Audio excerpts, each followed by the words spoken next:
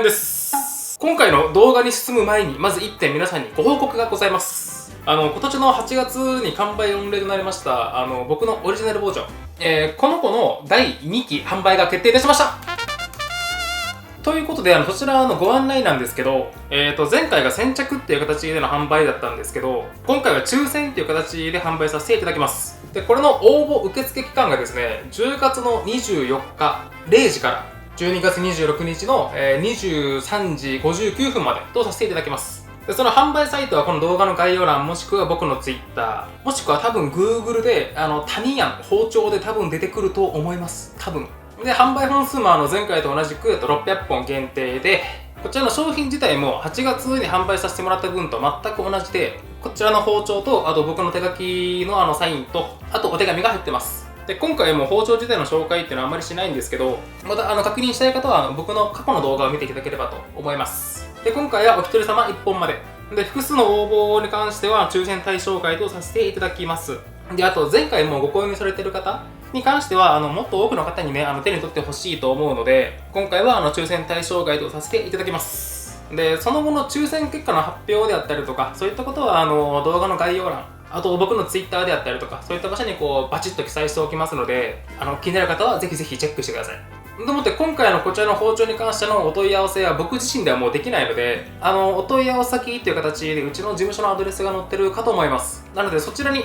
文章を送っていただければ助かります。以上、ちょっと長くなってしまいましたけども、種崎オリジナル包丁第2期販売決定のお知らせでございました。で、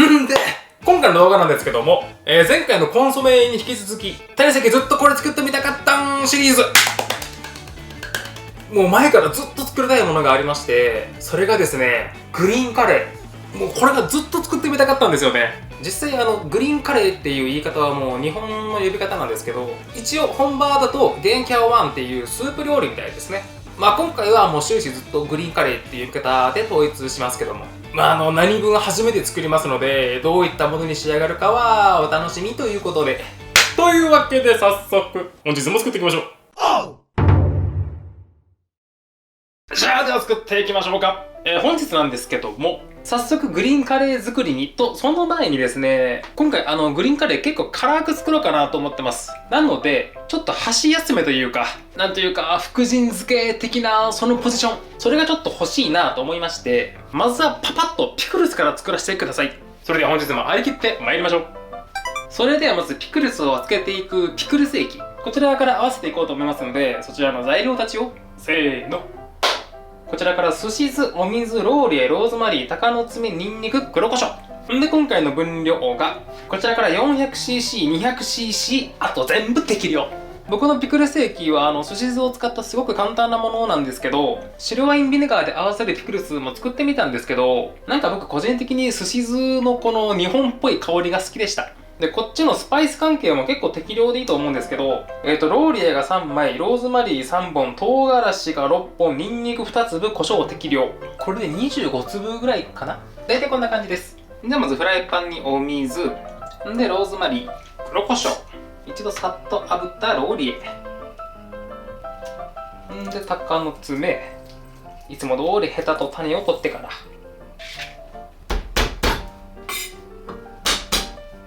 ニンニクは香りが出やすいように一度潰してから、あとはこちらを火にかけて、沸いてきたら弱火に落として、このままじっくりじっくり15分、このお水に香りを移してあげるような感じで。煮出し終わったらこちらをこして、で見栄え的にこの唐辛子はちょっと使いたいので取っといて、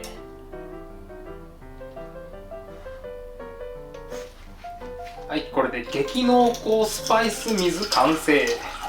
で、今日はなんとなくまたこのあったかいうちに、米酢ダバ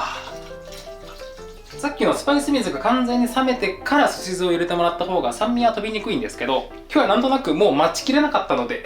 さっき救出した鷹の爪、でなんとなく見栄え的にさっきのものとはまた別のローズマリー。はい、これでピクルス液完成。ちょっとこちらを冷ましている間に、今回漬け込んでいくお野菜の仕込み。一応今回ご用意したお野菜が、こちらから人参、ピーマン、赤ピーマン、菊芋、プチトマト。で、本当はセロリなんかも一緒に漬けたかったんですけどね、安定の買い忘れです。で、こっからはちょっと余談なんですけど、今回僕ピクルスを作ってるんですけど、本当は、グリーンカレーがタイのお料理ですんで、タイのお漬物、そこを作りたいなと思ってたんですよ。ただ調べてみたら結構時間がかかりそうやったんですよね。塩漬けだったり、米の溶け汁だったり、そういったものにつけて酸味が出るくらいまで放置って書いてあったんで、ちょっともう待ちきれんなっていうことで今回はピクルスで行っております。一応タイの代表的なお漬物が、日本でいうとこの高菜。だから他に近いもので言うと野沢菜とか、そういったお野菜を塩漬けにしたパッカート丼ってやつ。その高菜に似たお野菜のことをパッカートっていうらしくて、でドンっていうのがつけるっていう意味らしいので、もうそのまんまパッカート丼。あとはニンニクの酢漬けにしたガティアンドンとか、あとタケノコを塩漬けにしたノーマイドーンとか、なんかこういったものが代表的らしいですよ。調べてて面白かった。じゃあ無駄話はこの辺にしておいて、はい、まずはヌンズン。ちょっと今日色味よく仕上げたいので、今日は皮は剥いて、この皮はサラダだったりとかきんぴらだったりとかいろんなものに使い回してあげてください。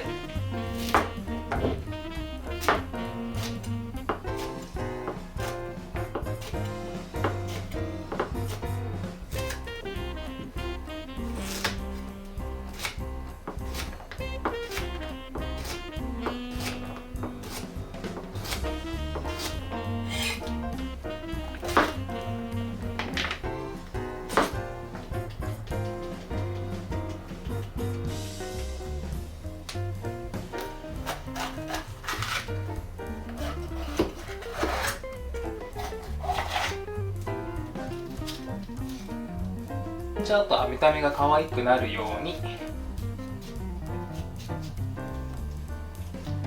綿をできるだけきれいにしてあげて、でやっぱりピーマンは可愛いのはなんかこういう三角形って可愛いですよね、ピクルスの中の。で続いて赤ピーマン。今回の赤ピーマンはそんなに大きくなくて可愛らしいサイズ感なので、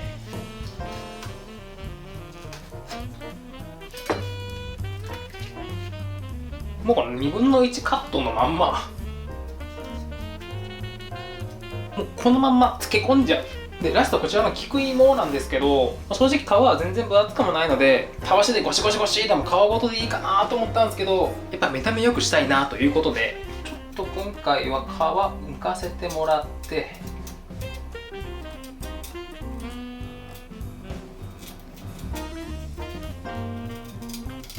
こっちはきんぴらかなんかに回してもらって、で食べやすいサイズ感にスライスで、アク抜きのためにお水にポイ。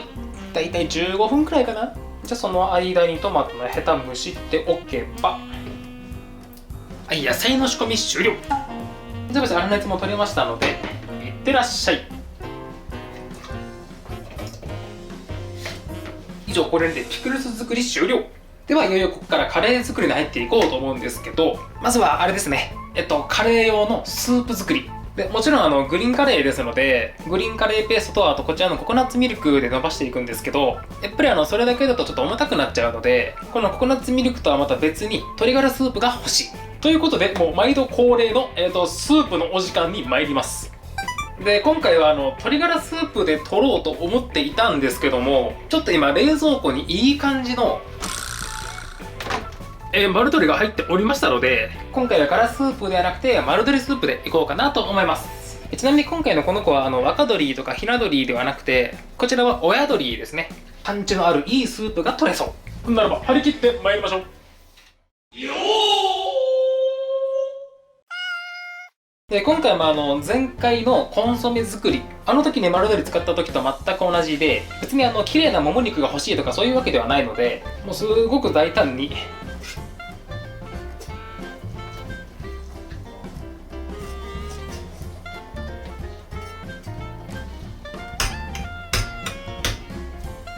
大胆にさばいちゃって、で太ももでも半分に割っておきましょうか。より味が出やすいように。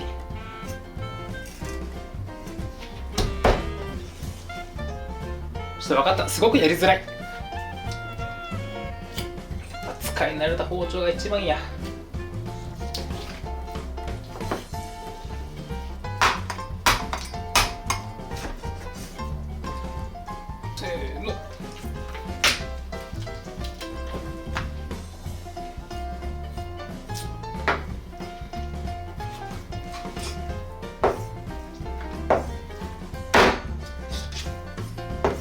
で結構背骨周りにこういった内臓が結構ついてますので、これ関芋、ここら辺をある程度きれいにしておいて、でぼんじりは外しとこう。この中に入ってる黄色い油壺がちょっと臭そうなので、ここは一旦外しといて、本日も脳筋パワープレイにより無事細かくなりましたと。綺麗な鶏の解体の時はまた違う動画でお伝えしますね。じゃあお鍋に鶏ガラでお水で、今の推移としては今回結構たっぷりとお水加えました。あんまり濃いスープを作ろうと思っていないというのと、今回5時間くらい煮出してみようかなということで、そういう浅い思惑のもとこんだけ入ってます。じゃあ一度こちらを火にかけて、沸騰するまでは強火で。まだ沸騰する直前ではございますけども、早速アクが出てきましたね。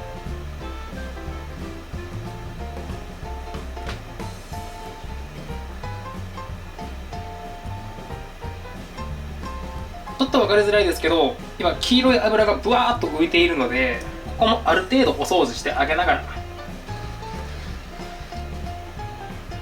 じゃあ完全に沸騰してきましたので、ちょっと火加減落として、この常に沸騰している状態をキープしながら、多分だいたい15分から20分だと思います。ひたすらアク取り。じゃああとはここに生姜スライス。何枚かな、4枚くらい入れとこうかな。じゃああとは時々こうやってアクを注意してあげつつ、下から優しい細かい泡がふかふかふかっと上がってくるくらいのこの終わりかけのバブでコトコトコトコト5時間。というわけで5時間の煮出し終了。色味としてはこういった色合いですね。じゃあちょっとお塩入れて、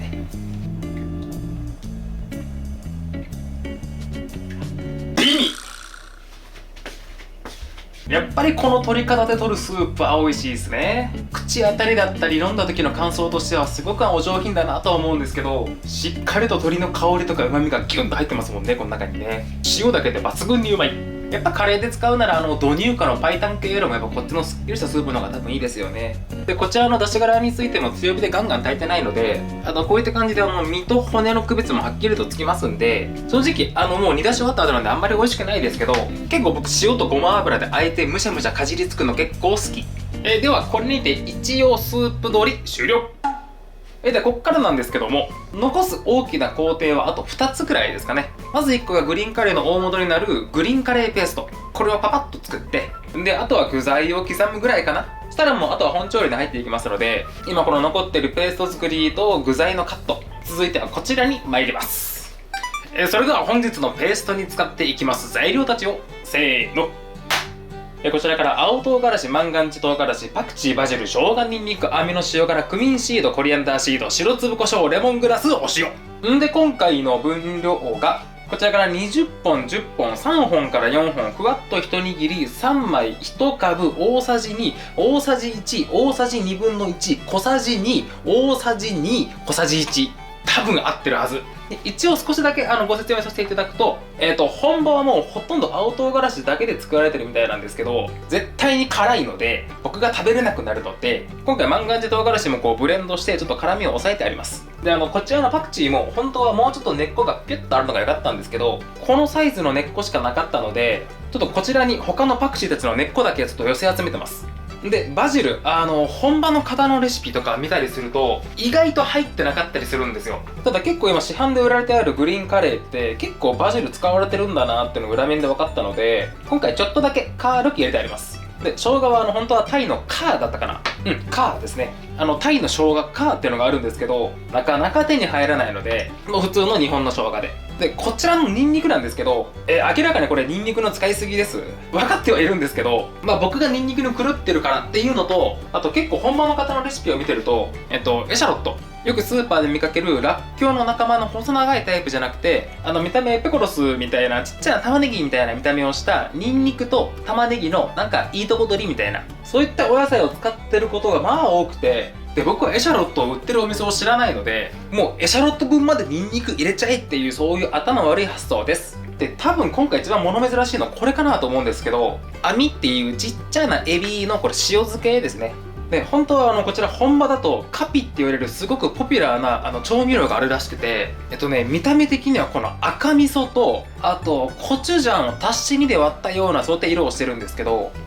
エビを発酵させて作った調味料っていうか味噌みたいなもんですね。で、そのカピもなかなか手に入らないので、今回は網の塩漬けで代用。で、もしこれがなければ、多分魚介の風味がちょっと入った方が美味しいかなと思ったりもするので、例えばカツオの酒盗っていうそのカツオの内臓の塩漬け、こういったものだったりとか、イカの塩辛とか、そういったものを加えるといいのかなと思います。で、ここら辺に関してはもう特に言うこともないですかね。やっぱカレーの要になるこのクミンとコリアンダー。やっぱこの2つが入るとカレーって感じしますよね。香り的にもね。で、しかもパクチーもコリアンダーのことですんで、もうパクチーというかコリアンダーのダブル使いですね、今回はね。じゃあ、それではパパッと作っていきましょう。じゃあまず青唐辛子。わかんないですけど、一応ヘタだけ落としといて、でもって、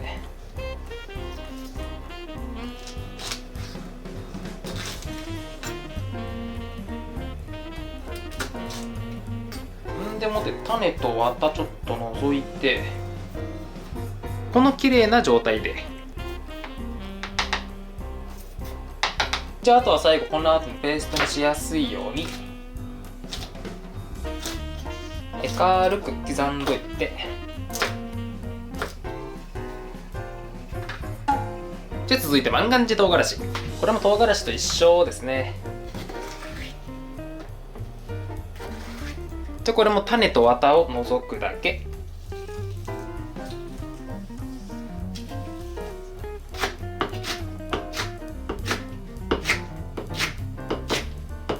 で、あとは青唐辛子と一緒。パクチーはもう適当に刻んであげるだけ。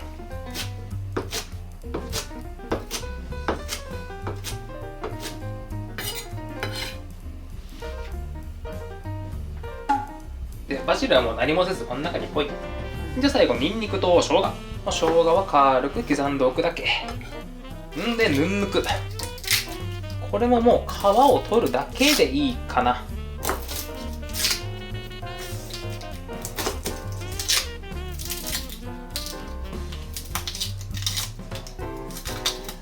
で、今回は特に油で加熱なんかもしないので、もう中心の新芽残したまんま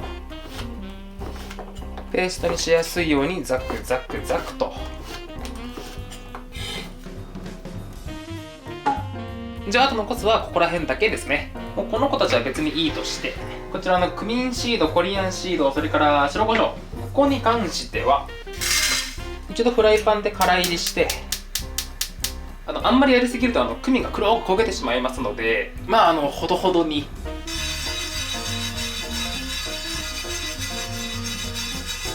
もう1分くらいでいいかな。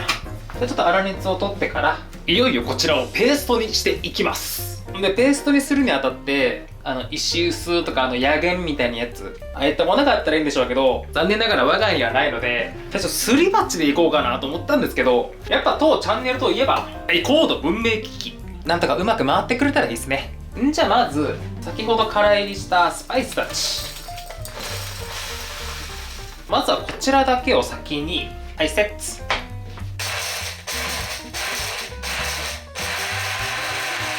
おっと、レモングラスを忘れてた。近所迷惑防止。っ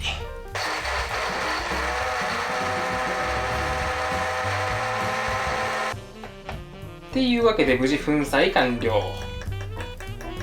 じゃあその他もろもろ突っ込んで、でこのままでは明らかに水分量が足りないので回らないので、ここで今回の鶏ガラスープ。あんまりべしゃべしゃにしてもしょうがないので、これは様子を見ながら。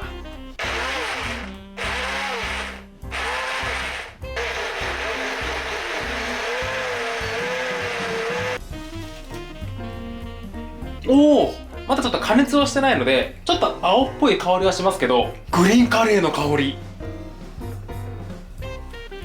じゃあこれにてグリーンカレーペースト完成。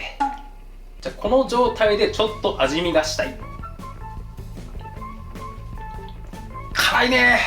これは唐辛子のカプサイシンと一緒にあれも入りますね。ニンニク。あとの硫化アレル系の辛みも入ってますね、この中。でもって今一番上に来てる香りはパクチーですね、これは。あとはここにココナッツミルクだったりとかナンプラーとかが入ったら多分グリーンカレーになるんだろうなっていう味がします。でこの中バジルも入ってるので、もう一目散に酸化を避けてあげたいというわけで、空気遮断のピチッとラップからのダメ押しの通常ラップ、あとはこれをそそくさと冷蔵庫へ。それではここからは今回の具材たちの準備に参ります。では登場していただきましょう。本日の具材、せーの。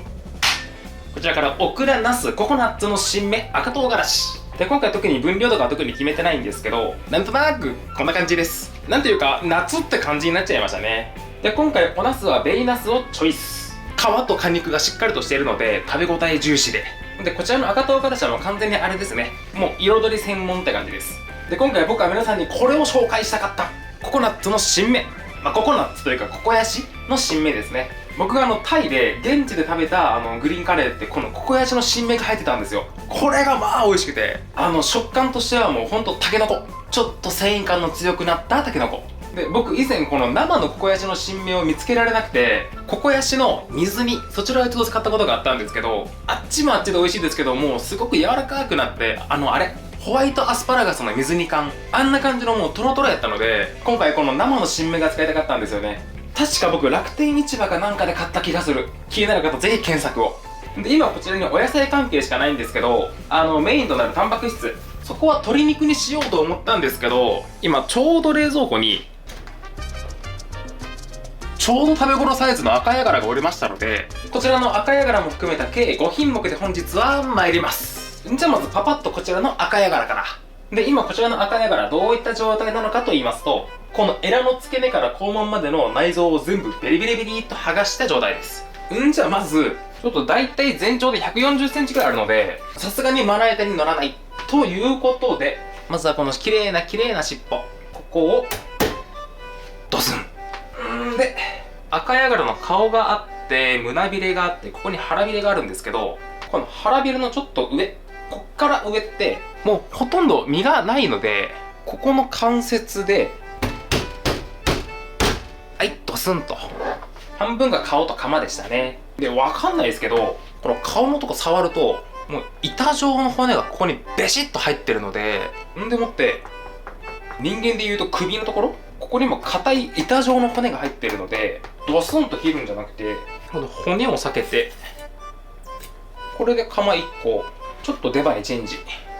でもってこのカマと頭の付け根の骨だけ、ここだけ落として、これでカマ2つで、こっから先の割り方がわからない。ここの付け根こんな感じなんですよね。ちょっと関節がわからないので、はいせーの、ねじ折っちゃおう。これで首で、この頭はもうほとんど食べるとこないですね。頭肉も頬肉もほんとごく微量にしかないので、こちらは廃棄。じゃあ続いてこちらの身。じゃあ今回皮ごと使いたいので、じゃあまず全部のヒレを取って、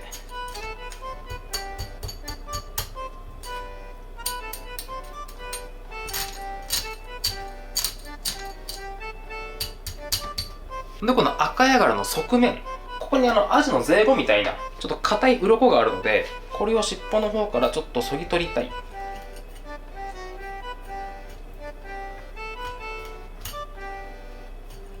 これですね。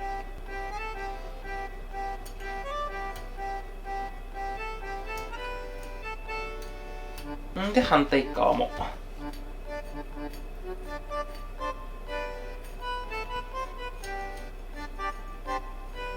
これであとはおろすだけ。というかこの寒い時期になってくるとね、この赤ヤガラってものすごく美味しくなってきますけど、でもって料亭さんなんかで使う超高級魚ですけど、そんな高級魚をカレーに入れるというこの暴挙、多分お店の方が見たら僕は怒られるでしょうね。でこちらのおろし方なんですけど、結構大名でガーっていくのが有名だと思うんですけど、ちょっと赤ヤガラの腹骨のところってちょっとね、ここがボコッと膨らんでて、赤ヤガラって腹骨がここまでしかないんですけど、これしかないんですけど、ここがなかなか硬いので、大名でこうすると結構ここで多分突っかかると思うんですよね。なので今回は本おろしで。じゃあまずお腹に1本。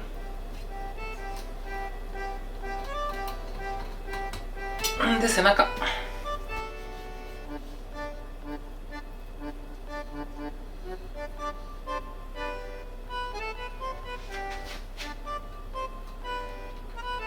すっごくコロコロ転がるんですげえさばきづらい。じゃあもうこっちの尻尾の方から外れてきたので、尻尾持ってはい、せーの、はい、片身ゲット。じゃあ続いて反対側。わ、固定された。めっちゃさばきやすい。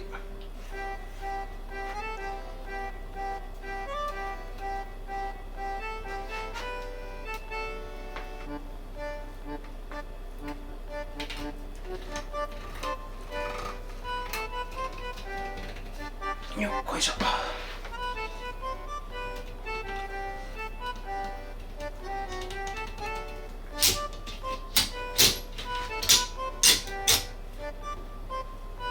はい、これにて3枚おろし終了。で、この後お刺身を引くのであれば、この腹膜っていうのかな、ここをきれいに取って、真ん中にダダダダダーっと入ってるこの血合い骨、これを渡して取るか、抜いてもらうかしてもらうと思うんですけど、今回こちらカレーにするので、もう正直このままブツでいいかなと思ってます。ただ、触ったらここの頭のところにこれ、多分頭の方の骨が多分こっちにも来てるんでしょうね。ちょっと硬いところがあるので、ちょっとこれは外したい。この中にも入ってるんだ。ちょっと分かりづらいと思うんですけど、この頭側のちょっとここ色違うの分かります？骨なんですよね。その骨が身の中にグーンと入ってるんですけど、まあ今回カレーにするけん大丈夫でしょ。じゃああと大体このくらいのサイズ感に。いや、ごめんなさい、やっぱ嘘。ちょっとさすがにこの切り取った腹骨、若干残ってる腹骨、ちょっとこれ食べづらいかなと思うので、さすがにこの腹骨は引こう。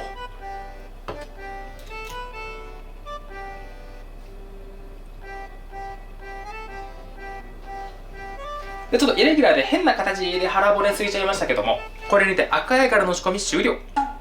じゃあ、あとお野菜関係ですね。もう唐辛子はまんまぶち込もうと思ってるので、このままでいいとして、こちらももうカットしてあるので、もうこのまんまでいいとして、こちらの2つをさっと仕込んでいきます。じゃあまずおナス。でもその前にアク抜き用の酢水。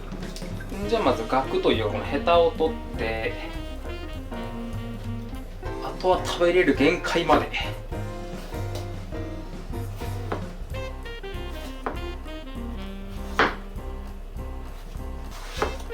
ちょっとここ硬いので包丁で切り込み入れてあげて、これで OK。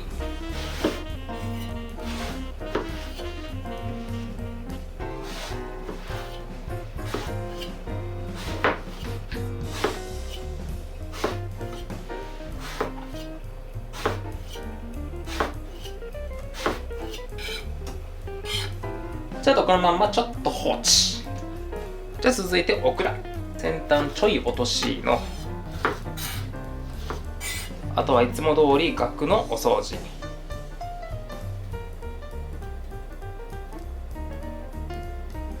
こんな感じ。じゃああとはさささっと板ずりからの、こちらをささっと水洗い。じゃあこれにてカレーの具材たちの仕込み終了。でもペーストも作り終わって、スープも作り終わって、具材の仕込みも終わりましたんで、あとはココナッツミルクとかを使いながら本調理をすればね、カレーは完成なんですけど、はい、谷崎名物脱線のお時間です。まだ僕らにはね、これがあるんですよ。赤ヤガラの内臓です。なので今から内臓が結構ブワッと映りますんでね、苦手な方はご注意くださいね。こちらが赤ヤガラの内臓なんですけど、一晩お水にお酒をたぷんと加えたものにつけてたので、血抜きも兼ねて、だいぶ白くなってるんですけど、これがエラで、エラにちょこんとついてるこの白っこいちっこいの、これが心臓で、綺麗な真っ白いブリンブリンの肝。これ苦玉は多分これが苦玉ですね。で、これは何なんでしょうね。ちょっとこれは分かんないんですけど、そっから胃袋に来て、で胃袋も中身全部出してあります。んでそっから一気に腸。この腸がすごい美味しそうなんですよね。でここについてるこれが脾臓かな。でおそらくこれ白子だと思うんですよね、この細長いの。だから多分今回の子は男の子なんでしょうね。多分白子のはず。空洞がない。これ白子ですね。じゃあ今回はこの中から白子と、あとこの胃袋とこの腸と、心臓はちっちゃいからいいや。だからエラ、脾臓、心臓、苦玉、ここら辺は全部ぽい。でもさ、この肝の残ってる血液をしごき出して、あとはこれは茹でるだけ。じゃあこの立派な腸は一度開いて、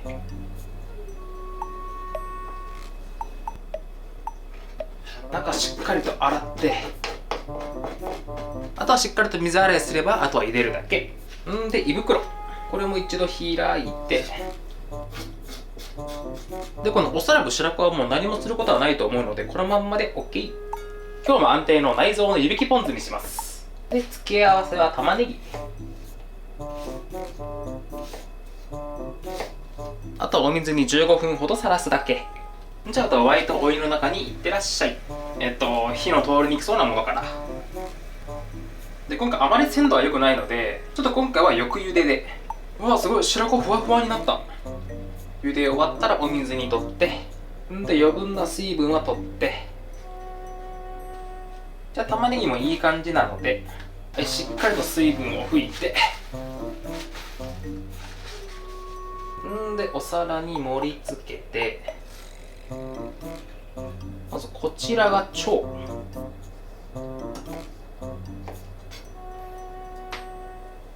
で白子、でイブクンロ、はい、最後肝。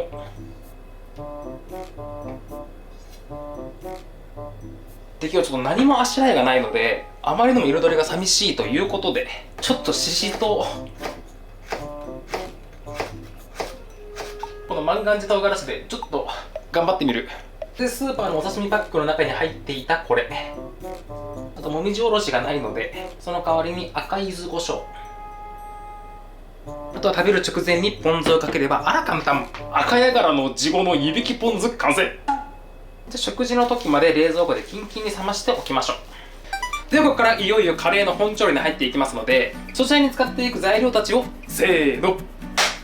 こちらからココナッツミルク、鶏ガラスープ、グリーンカレーペースト、三温糖、ナンプラー。で今回の分量がこちらから 900cc、900cc 全量 100cc、100cc で、こちらのココナッツミルクなんですけど、こちら2つ合わせて 900cc です。で今2つに分かれているのは、このココナッツ缶を開けますと、こういう風に上の方にこう固まったものがあります。この固まってるものとか、これはもうないですけど、スプーンですくうとモリってなるようなトロトロの部分があります。そこを集めたものですね、これ。でこの下はもうシャバシャバのお水なので、このシャバシャバのお水はこっちに来てます。せっかく開けちゃったからもうこの中入れちゃおう。というかこの子は下に溜まってましたね。このトロッとしたのはこれのことです。このドロッとしたもの。ということで、また新たにココナッツミルク缶が追加されましたので、一応分量としてはこちらから 1.3 リットル 900cc 全量100、100ですね。なのでこっちらにまだちょっと鶏ガラスープ残ってますので、ちょっとこれ増やすかもっていう感じです。よっしゃ、ならば作っていきましょう。じゃあまずお鍋にこのココナッツミルクのドロドロ、これをダーバー。ココナッツのいい香り。やば、間違った、これ半分だけ入れるんだった。このココナッツミルクのドロドロを半分。じゃあこちらを火にかけて、まずはこのドロドロの油を分離させます。だからなんというか一度ビチビチさせます、こちらを。でこのグリーンカレー作りにおいてこの作業すごく大事なんですって。何のために分離させてるかちょっとわからなかったんですけど、でもこの作業すごく大事なんですって。こんなものでいいのかな。この作業をすると表面で油が浮いてくるみたいなんですけど、ちょっとわからないので、もうこれでよしとして、ここで今回の美味しいグリーンカレーペースト。でまたこちらを火にかけてよーとなじませていきます。ちなみに今中はこんな感じです。でこれがなじんだら、残りのドロドロも複数回にわたって加えて、最初と同様にビチビチさせて分離させていくみたいです。じゃあちょっと時間かかりそうなのでちょっとカットというわけで、ビチビチ10分経過。結構跳ねるので弱火の方がいいかもしれないですね。で僕は今回赤ヤガラを使いますけども、鶏肉を使われる場合はこの段階で鶏肉を加えて、でペーストとこう合わせながら炒めるような感じで8割方火を通してください。僕は今回赤ヤガラは結構最後の方に加えようと思います。じゃあここで三温糖でナンプラー、ココナッツミルクのシャビシャビでガラスープ、これらを加えて一度こちらを再沸騰させていきます。じゃあ再沸騰を待ってる間に、今回のこちらの赤ヤガラの身をさっとお湯にくぐらせて、表面の色が変わったら取り出して、はい、氷水にポイ。毎度恒例油脂もですね、一応臭み対策として、で赤ヤガラは鱗がないんで大丈夫なんですけど、一応表面のぬめりくらい落としといて、これであとはカレーに入れるだけ。じゃあ無事再沸騰してきましたので、赤ヤガラんでおナスんでオクラ唐辛子で、今回おナスがベイナスなので、この火の通りにくいベイナスに合わせてナスが煮えれば OK で、今回のココヤシの新芽がちょっと思ってたよりも柔らかかったので、もうこれは一番最後にちゃんと食感が残るように煮込み時間は約5分かな。で、もともとグリーンカレーってこういった水分量の多いカレーなので多分大丈夫だと思いますけど、もし煮詰まってきて重たくなってきたなっていう場合は、ここに鶏ガラスープを加えてください。あ、皆さんごめんなさい、忘れてました。ここでライムリーフ。じゃあ5分経ったので、はい、ココヤシの新芽で彩りのパクチー、これでグリーンカレー完成。じゃあ早速もろもろ盛り付けていきましょう。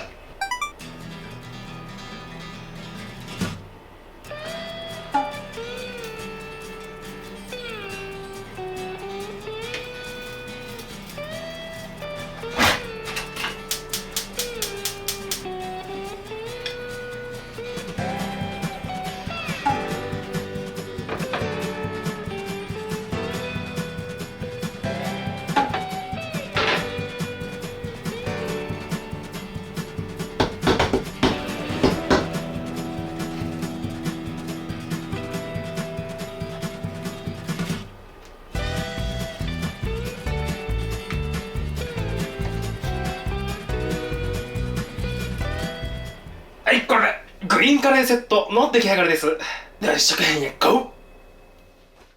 というわけで無事完成で、1点何にも動画でお伝えしなかったんですけど、我慢できず塩焼き作っちゃいました。やっぱ赤ヤガラって焼くとうまいっすもんね。あと炙り刺しとかね。で、多分大丈夫と思うんですけど、もしルーが足りなくなった時用に一応ルーの予備もこちらに用意しております。よし、ならばいただきます。本日はタイのグリーンカレーですので、はい、タイのシンハー久々。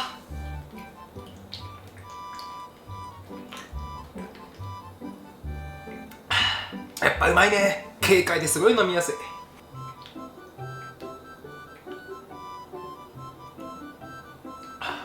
速攻でいっか思った。じゃあまず温かいうちにこちらの塩焼き、なんだろう、動画の趣旨ガン蒸しですね。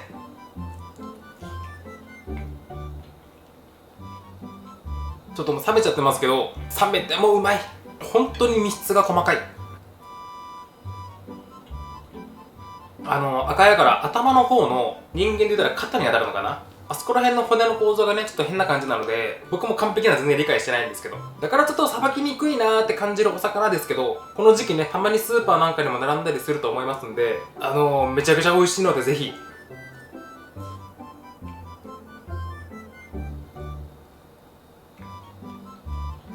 あ、これがあれですね、さばいてる時にお伝えした身の中に入り込んでる骨、食べかけでごめんなさい。もう身の中に入っちゃってるので、もうこれそのまんま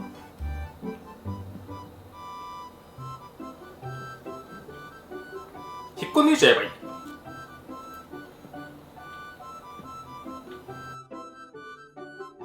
塩焼き完食って思ったんですけど、このくらいのサイズ感の赤ヤガラだったら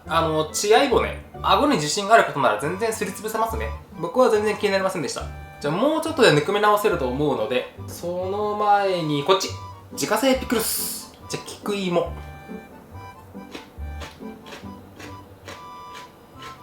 うまい。食感シャリッシャリ。ピーマン異常なし。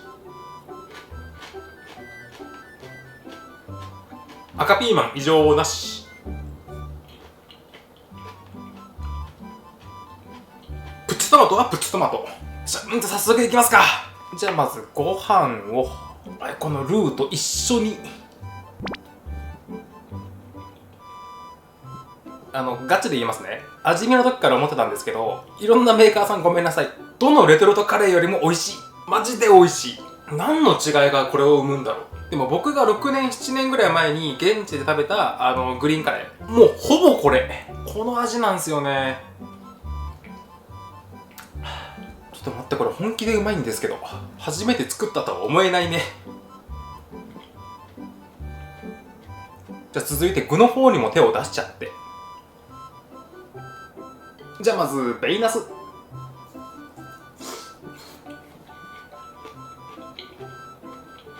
当然のごとくうまい。やっぱこんだけ肉厚なんで、もう歯ごたえしっかり残りますね。トロトロはトロトロで美味しいけど、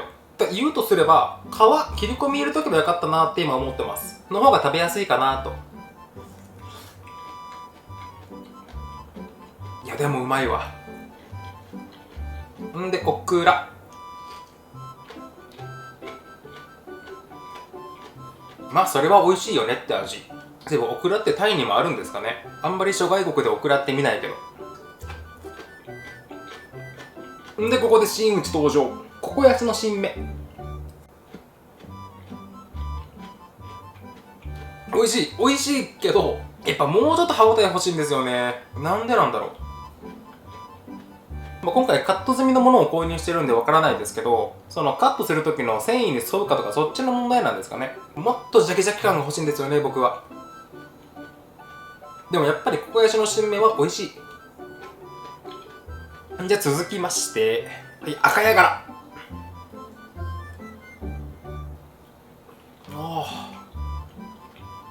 うめえ、マジでうまい。まず口に入った瞬間にほわっとほどけますね。でこれだけ味の濃いグリーンカレーの中に入ってますけど、ちゃんと赤ヤガラの味がする。うまいわ。そもそもの赤ヤガラのポテンシャルが高すぎる。でも多分これタラとか、あとキャットフィッシュというかナマズとか、そういったもので作っても絶対美味しいですよね。基本グリーンカレーって鶏肉のイメージがありますけど、僕魚の方が好きかもしれない。じゃあちょっとディップして、これマジでうまい。んでやっぱり血合い骨全然気になりませんね。血合い骨取らなくてよかったかもしれないですね。それだけ身が多く残るので。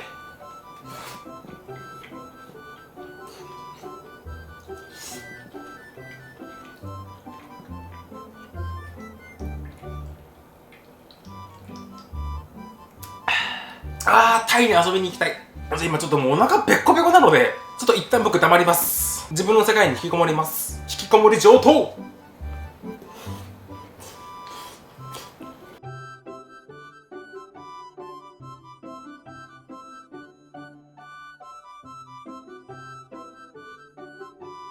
辛い。当然のごとくもうべしゃべしゃですね。で多分赤唐辛子は僕も食べられないので、彩りお疲れ様でした。でもってルー全然足りませんでしたね。もうぬくもってるこの子たちだけ先にちょっとあげて、また新たにルー。そして思ったのが、美味しすぎて食べれば食べるほど夢中になるこの子。いやマジで美味しいわ。で第2陣はこのルー多めでご飯と楽しもうの回ですね。でもちょっとその前にピクルス落ち着く。んで赤ヤガラ、この子たちはもう完全にぬくめ直されましたね。だからもうこのやわさ、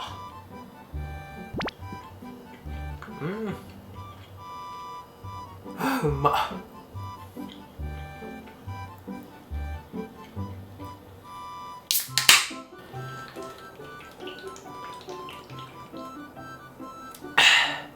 最高。じゃあこっちのルーがぬくめ終わる間にこれいきましょう。赤ヤガラの内臓たち。じゃまず安定感抜群の胃袋。ちょっとねこのだらーんと伸びちゃってるのがね気になりますけど、特に生臭みもなく普通に美味しいんですけど、味としてはやっぱ伸びちゃってる分グニグニ食感になってますね。ゴリゴリじゃなくてちょっともったいないですね。じゃあ続いてこれが腸ですね。腸ってこんな感じなんだ。ですね、これ2種類の食感があって、こっちの白くてプリンとした方はですね、なんていうのかな、木綿豆腐よりももうちょっと弾力のある感じ。プリンプリンとしてて、でそれとは逆のこっち側がちょっと胃袋っぽいような歯ごたえのある感じ。とはいえほとんどが白いとこなので、腸ってそんなにこうゴリゴリ食感じゃないんですね。ちょっと残念。僕はあまり好みではない。じゃあ続いて白子。おお、やっぱ味としてはもう白子ポン酢そのまんまですけどね。まあでもフグとかタラとかタイとかそういった白子と比べるとそんなにって感じ。じゃあ今回の大本命、肝。やっぱね、白い肝は基本的に美味しいのよ。あん肝ほど濃くはなく、ただ癖はなく、めちゃくちゃ舌触り滑らかなクリーミーな肝、めちゃくちゃ美味しい。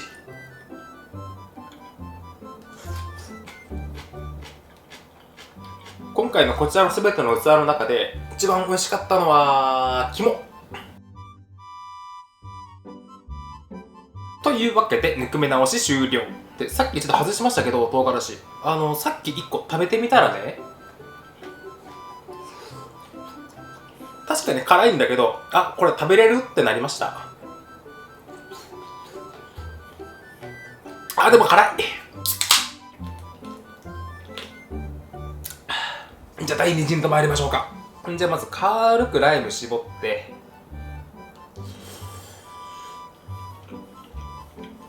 一気にエスニック。やっぱタイカレーにライムは必要ですよね。あ、もうこれ全部絞っちゃおう。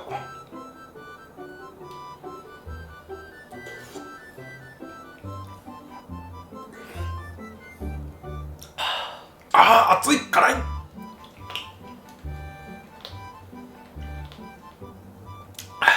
でもうまい。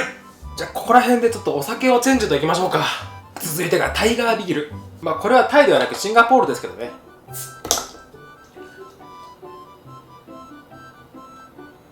で、改めましてお疲れ様です。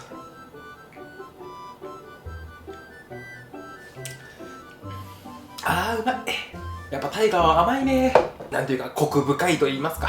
じゃあここから先は先ほどと同じような映像がずっと流れていきますので、はい、ちょっと早送り。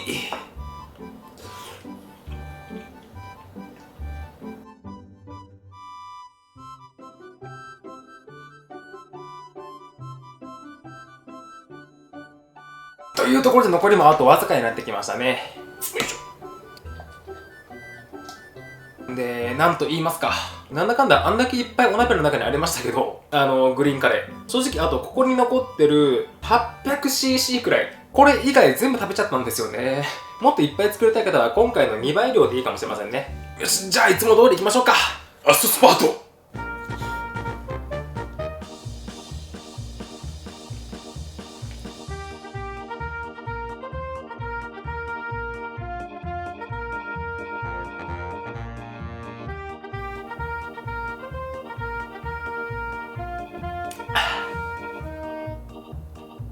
ごちそうさまでした。いやー、うまかったね。真面目に今年作ってきたものの中でもかなりトップクラスの美味しかったんじゃないかなと思います。ただ今回赤ヤガラっていうね、なかなかいい食材を使っちゃいましたけど、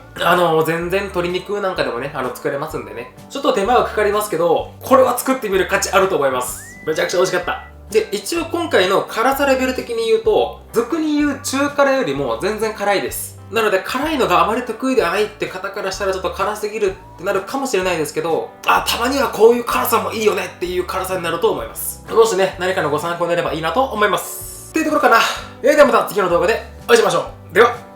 バイバイ。